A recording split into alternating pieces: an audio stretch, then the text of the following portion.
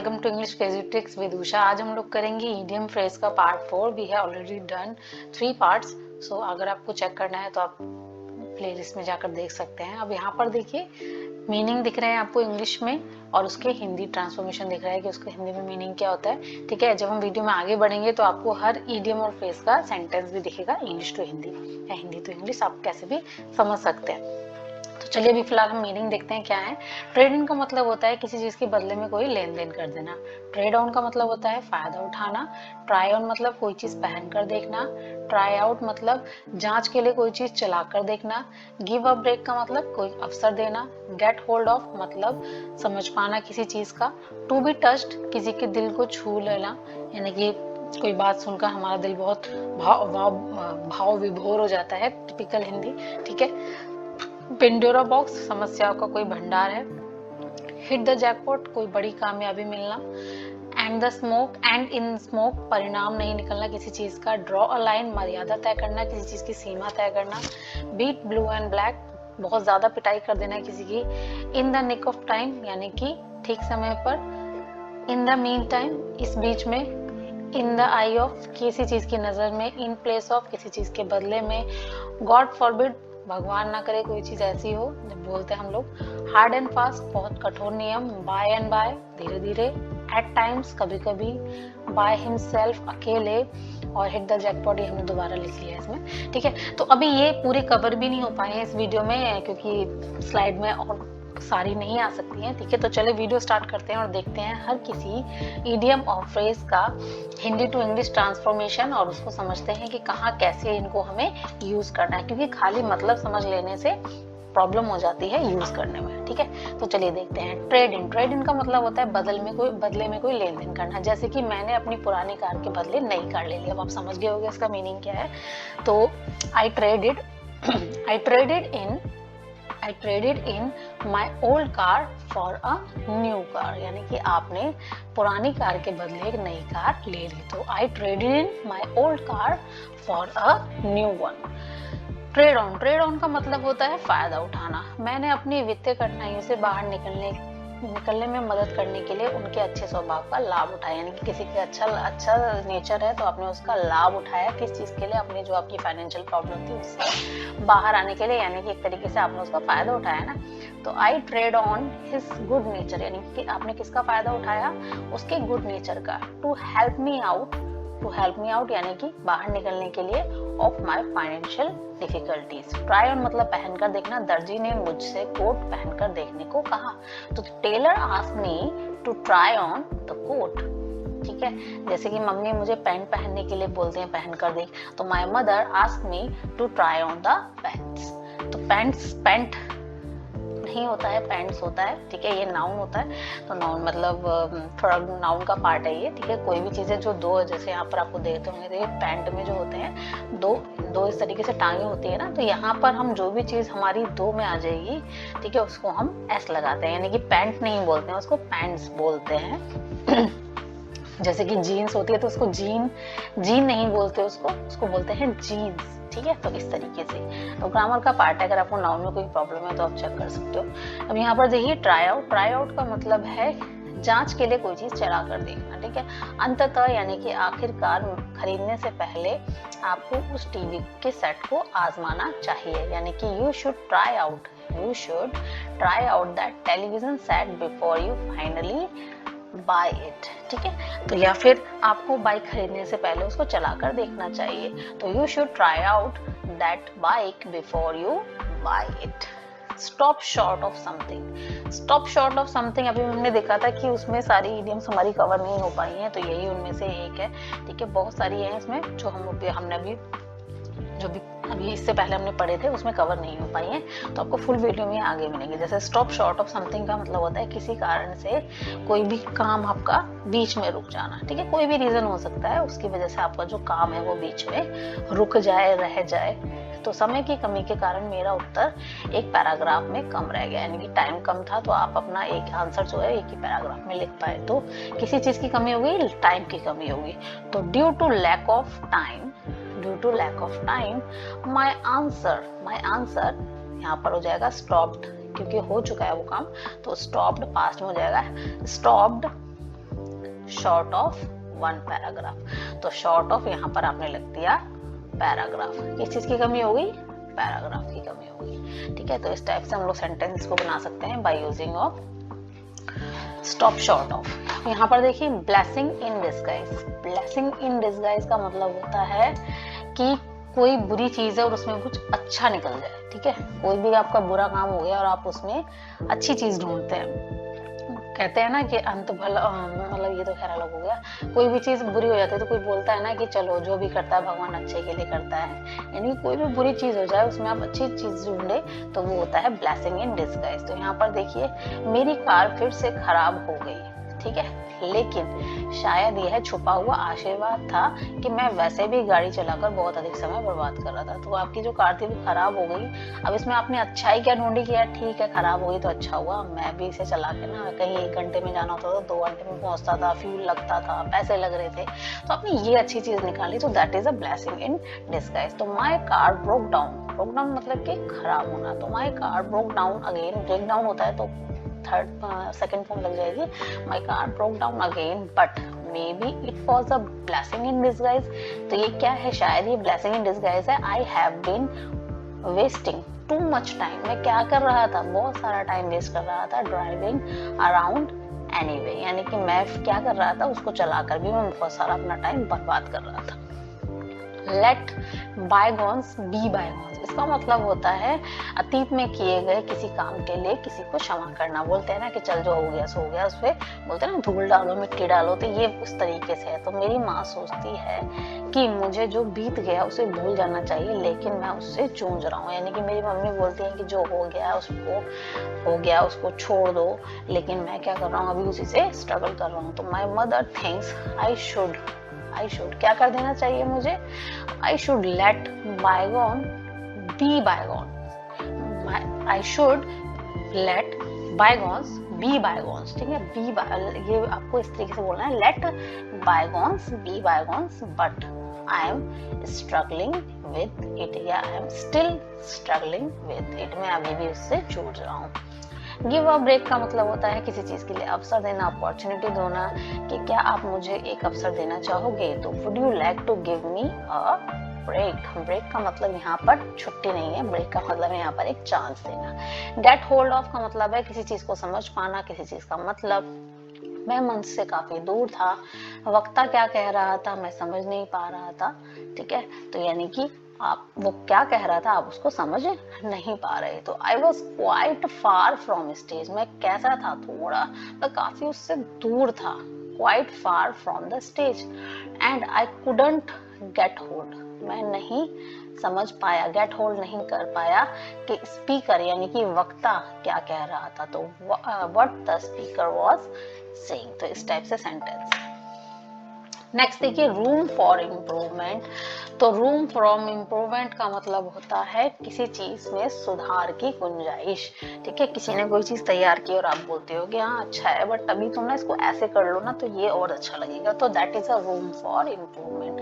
हालांकि हम आपके काम से संतुष्ट है लेकिन अभी भी सुधार की गुंजाइश है। देखो काम से संतुष्ट है लेकिन अभी भी उन्होंने बोल दिया there is some room for improvement. Though यानी कि हालांकि we are satisfied with your work, हम कैसा है? सेटिस्फाइड है, बट देयर इज स्टिल, यहाँ पर अभी भी क्या है? Room for improvement. यानी कि अभी भी थोड़ा अगर आप सुधार कर लो ना तो इट वुड बेटर। ठीक है, तो इट वुड बेस्ट बोल सकते हैं इसको। तो नेक्स्ट है to be touch. To be touch का मतलब होता है दिल को छू लेना, भाव विभोर हो जाना। ये है जी शुद्ध हिंदी। तो प्रधानमंत्री ने जब भीड़ में उनसे बात की तो वे भाव विभोर हो गए। यानी कि होता है ना कि दिल भराना, किसी का देखकर बहुत ज्यादा खुश हो जाना। तो that is a to be touched. When the prime minister talk to him, जब प्राइम मिनिस्टर ने बात की उससे, इन द क्राउड में उससे बात की तो वो क्या हो गया? बड़ा ही टच्ड हो गया, यानी कि भाव विभोर हो गया, बहुत ज्यादा एक्साइटेड हो गया कि भैया इतनी भीड़ है लेकिन वो मुझसे बात कर रहे हैं। तो वो क्या हो गया? टच हो गया। तो ही वॉज टच्ड। अब यहाँ पर बोलोगे वॉज लगाया है तो यहाँ पर बी का मतलब है आप फॉर्म लगाइए इज एम आर जो भी है अकॉर्डिंग टू सब्जेक्ट। तो he was touched.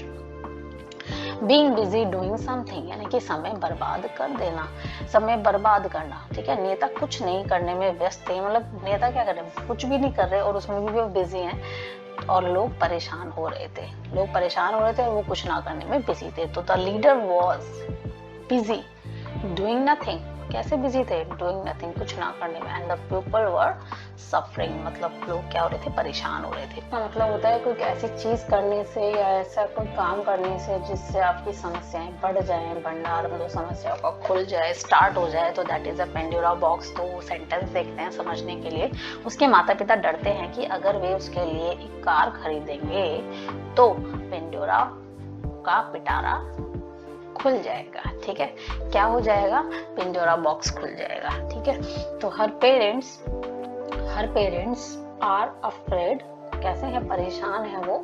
Opening a Pandora box, किस चीज के लिए? पेंडोरा बॉक्स खोलने से, यानी कि समस्याओं का भंडार खुल जाएगा। उससे वो परेशान है कि अगर किससे खुलेंगी वो समस्या, किससे आएंगी? If they bye her a car, अगर वो उसके लिए कार खरीदेंगे तो हो सकता है एक्सीडेंट कर दे, हो सकता है कि लाइसेंस बनवाना पड़ेगा, तेल डलवाना पड़ेगा, सर्विस करानी पड़ेगी। तो ना कार होगी ना प्रॉब्लम्स होगी। तो इसीलिए हम इसको पेंडोरा बॉक्स से रिलेट करके समझ सकते हैं। बहुत इंपॉर्टेंट है ये इडियम, क्योंकि एसएससी वगैरह में बहुत ज्यादा पूछी जाती है। ठीक है, तो यू मस्ट नो कि इसका मतलब क्या है।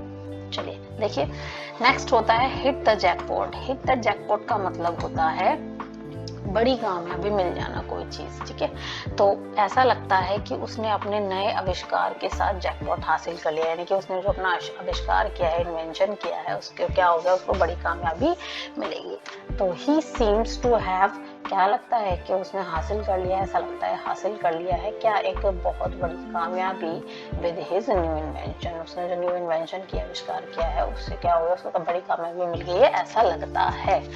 तो एंड इन स्मोक का मतलब होता है कोई परिणाम नहीं निकलना, केवल बादल छा जाना लेकिन एक्चुअल में बारिश नहीं होना। तो इसका मतलब है कोई परिणाम नहीं निकलना। एक प्रसिद्ध अभिनेता बनने का उसका महत्वाकांक्षी सपना अंततः, यानी कि आखिरकार धुएं में उड़ गया, क्योंकि उन्हें छोटी भूमिकाएं पाने के लिए भी संघर्ष करना पड़ा था। मतलब कोई बनना चाहता है एक फेमस एक्टर, ठीक है, और ये सब धुएं में उड़ जाती हैं चीजें। जब उसको छोटा रोल मिलने में क्या होता है? बड़ा ही स्ट्रगल करना पड़ता है। तो ये होता है एंड इन स्मोक। तो हिज एम्बिशन, यानी कि उसके ambitions, ambitious dreams of becoming a famous actor. तो हिज एम्बिशियस ड्रीम, यानी कि उसके जो प्रसिद्ध महत्वाकांक्षी सपने जो थे वो किस चीज के? फेमस एक्टर बनने के। इवेंचुअली, यानी कि आखिरकार, come to an end in smoke, यानी कि खत्म हो गए, मतलब धुएं में उड़ गए। एज, जैसे कि जब, क्योंकि उसे दिखा कि ही स्ट्रगल्ड, उसने बहुत ज्यादा स्ट्रगल करना पड़ा है to get even a minor role. एक माइनर रोल मिलने में भी उसको बहुत ज्यादा प्रॉब्लम हुई है। तो इसीलिए उसका क्या है? सारे जो सपने हैं वो धुएं में उड़ गए। ड्रॉ अ लाइन का मतलब होता है मर्यादा तय करना, सीमा तय करना। ठीक है, वही करूंगा जो मेरी कंपनी मुझसे कहेगी, लेकिन जब कोई मुझसे उनके लिए झूठ बोलने के लिए कहता है तो मैं सीमा रेखा खींच देता हूँ। यानी कि मैं बताता हूँ कि भाई मेरी तो इतनी मर्यादा है, मैं इससे ज्यादा क्रॉस नहीं कर सकता, मतलब अपनी कंपनी को धोखा नहीं दे सकता। तो I do whatever my company ask me to, मैं वो करूंगा जो मेरी कंपनी बोलेगी। But I draw the line, मैं ड्रॉ लाइन खींच देता हूँ, यानी कि सीमा रेखा खींच देता हूँ। मैं चीटिंग नहीं करता। ठीक है, when someone ask me to lie for them, लेकिन जब मुझे उनके लिए कोई झूठ बोलने के लिए कहता है तो भाई मैं बोल देता हूँ मैं ऐसा नहीं कर सकता, ये सब मतलब गलत है। Beat black and blue, black and blue आपको पता है बीट का मतलब पीटना, और ब्लैक एंड ब्लू मतलब नील जो पड़ जाता है, तो मतलब किसी ने बहुत ज्यादा पीटा होगा तभी पड़ते हैं ना। तो इसका मतलब है अत्यधिक पिटाई कर देना। ठीक है, तो मैंने कभी नहीं सोचा था कि सिर्फ उससे असहमत होने पर वह मुझे इतना पीटेगा, यानी कि आपने सोचा नहीं था कि अगर आप उससे डिसएग्री करोगे तो वो आपको इतना पीट देगा। तो ये इडियम कैसे यूज करेंगे? I never thought he beat me, he would beat me, यानी कि वो मुझे पीटेगा। ही वुड बीट मी, ये वहां पर वुड है। He would beat me black and blue, कैसा कर दिया उसने? Black and blue. यहाँ पर इडियम यूज कर ली just for disagree with him, यानी कि उससे असहमत होने पर वो मुझे कर देगा मेरी इतनी ज्यादा पिटाई। चलिए नेक्स्ट देखते हैं, गॉड फॉरबिड। गॉड फॉरबिड का मतलब है भगवान ना करे, कहते हैं ना भगवान ना करे। ये हो जाए, भगवान ना करे कि कहीं उसकी ऐसा हो जाए, तो यहाँ पर हम बोलते हैं भगवान ना करे, तो गॉड फॉरबिड, गॉड फॉरबिड, भगवान ना करे उसके माता पिता को कभी ये चीज पता चले, तो God forbid his parents should never find out. तो यहाँ पर हम यूज कर रहे हैं God forbid. Hard and fast का मतलब होता है कठोर नियम, ठीक है, बोलते हैं ना अरे यार ऐसा कोई हार्ड एंड फास्ट नहीं है और रूल नहीं है यहाँ पर, तो हार्ड एंड फास्ट मतलब इतना कोई कठोर नियम नहीं है, स्ट्रिक्ट नहीं है। उन्होंने सोचा कि कोई सख्त सीमा नहीं होनी चाहिए, बल्कि विविधताएं होनी चाहिए। मतलब उन्होंने सोचा कि कोई ज्यादा सख्त नियम नहीं होना चाहिए, बस क्या होना चाहिए, थोड़ा सा वेरिएशन होना चाहिए, विविधताएं होनी चाहिए, मतलब हर चीज अलग अलग होनी चाहिए।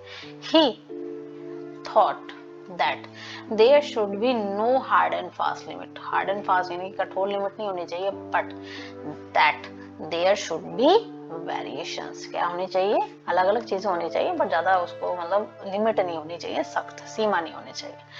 बाय एंड बाय, धीरे धीरे, तो आपको धीरे धीरे उसकी आदत हो जाएगी। You will get used to का मतलब होता है आदत हो जाना, हैबिट हो जाना, you will get used to it by and by, ठीक है, धीरे धीरे आप सीख जाओगे, तो you will understand it by and bye.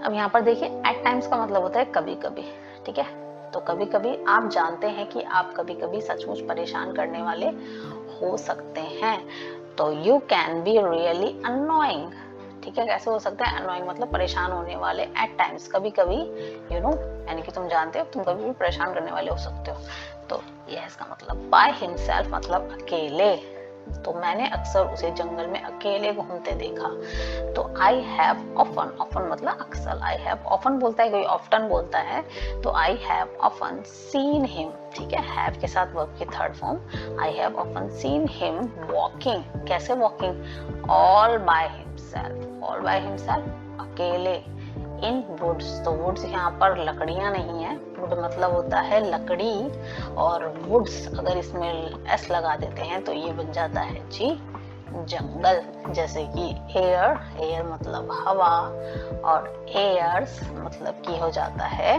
नखरे, आयरन, आयरन का मतलब है लोहा, और आयरन्स इसका मतलब हो जाता है हथकड़ी, तो ये हैं सारे डबल, अगर आप इसमें एस ऐड कर देते हैं, प्लूरल बना देते हैं, तो इनका मीनिंग चेंज हो जाता है। इसकी भी एक वीडियो है, अगर आपको चेक करनी हो तो आप चेक कर सकते हैं, ठीक है।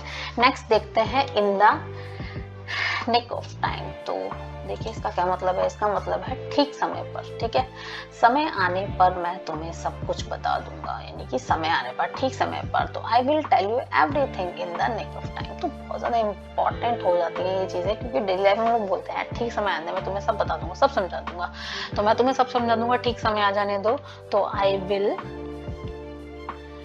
Make you understand in the nick of time, ठीक है। इन द मीन टाइम, इसी बीच में, ठीक है, इस बीच में वह मुझसे मिलने आया, तो in the meantime he came to meet me, in the eye of, किसी चीज की नजर में, यानी कि किसी की नजर में, मेरी नजर में तुम बहुत अच्छे हो, तो in the eye of me you are so good, मेरी नजर में तुम बहुत ज्यादा समझदार हो, in the eye of me you are so intelligent, मेरी नजर में तुम बहुत ज्यादा मूर्ख हो, तो in the eye of me you are so foolish, तो इस टाइप से आप सेंटेंसेस बना सकते हो, इन द प्लेस ऑफ, किसी चीज के बदले में, तो पैसे के बदले में मैं तुम्हें नौकरी दूंगा, तो I will give you a job in place of money, ठीक है, तो इस टाइप से आप सेंटेंसेस बना सकते हैं। तो आशा करती हूँ आपको वीडियो अच्छी लगी है, तो if you like my video please subscribe, share and comment below, bye bye.